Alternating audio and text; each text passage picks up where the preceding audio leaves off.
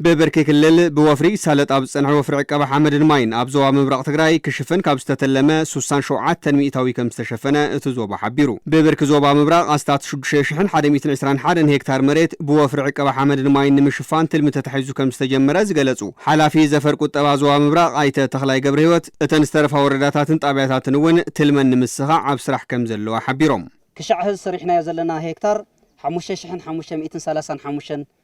ሄክታር እዩ ድምር ከም ዘዋ 67% ኢና ፈጺምና ዘለና ማለት እዩ እዚ ፈጺምና ክንብል ከለና ዝወዳእ መፋስሳትን ጣብያታትን ናመረቕና ነውፀነለና ኢና ዘይወዳእ ከዓ ንኽውዳእ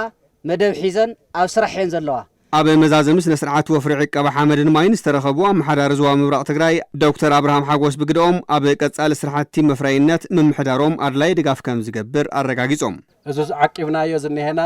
ስራሕቲ ኩሉ ካብ ስድጋህፂ ክኽለል ክሕሎ ክለምዕ ብደንቢ ተሰሪሕናዮ ዝነሄና ኣብ ምህርቲ ምዕጻፍ እውን ብተመሳሳሊ ክንደግሞ ኣብ መስኖ እውን ብተመሳሳሊ ክንደግሞ ልምዓትና ናብ ዝሐሸ ብርከት ሰጋጊርና ብዛዕበየ ናብ ጁባና ዝኣቱ ናብ ናብራና ዝቕይር ስራሕቲ ክንሰርሕ ግድን እዩ ዝብለና ኣብ ቀጻሊ እውን ብዝበለጸ ጽቡቕ ስራሕቲ ክንሰርሕ ከም እንኽእል ንተኣማመን ኣብ እንሰርሖም ናይ ልምዓት ስራሕቲ ኩሉ ከም ዞባ ምሕዳር ከም ወረዳ ምሕዳር ተሓጋጊዝና ከባና ዘድል ዘበለ ኩሉ ክንገብር ከም እንኽእል እውን ከረጋግጸልኩም ይፈቱ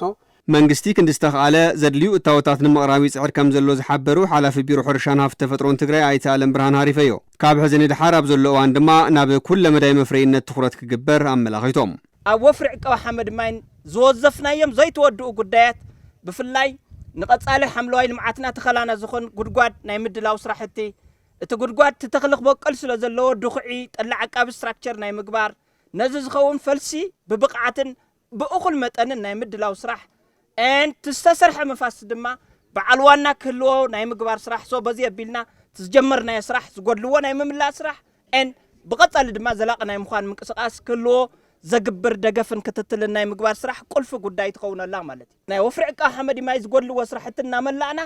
ሕዚ ገጽና እንደገና ናብ ኩለ መድያዊ መፍረይነት ናይ ምዕባይ ስራሕ ኢና ንገብር ዘለና ማለት እዩ ፕሬዚደንት ግዚያዊ ምምሕዳር ትግራይ ታደሰ ወረደ ብግደኦም ኣብ ዝኾነ እዋን ልምዓት ደው ክብል ከም ዘይግብኦ ኣተሓሳሲቦም ናይ ልምዓት ስራሕ እዚኣ ስለ ዘይኮነ ተማዛበልትና ስለ ዘይተመለሱ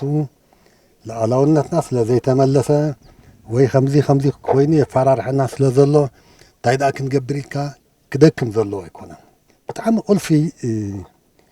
ብመንግስቲ ክቕረባ ዘለዎን ነገራት መንግስቲ ክቕርበሉ ዝኽእል ኩነታት ኣላን ዝብል ነገር ንሳ ተረዲእና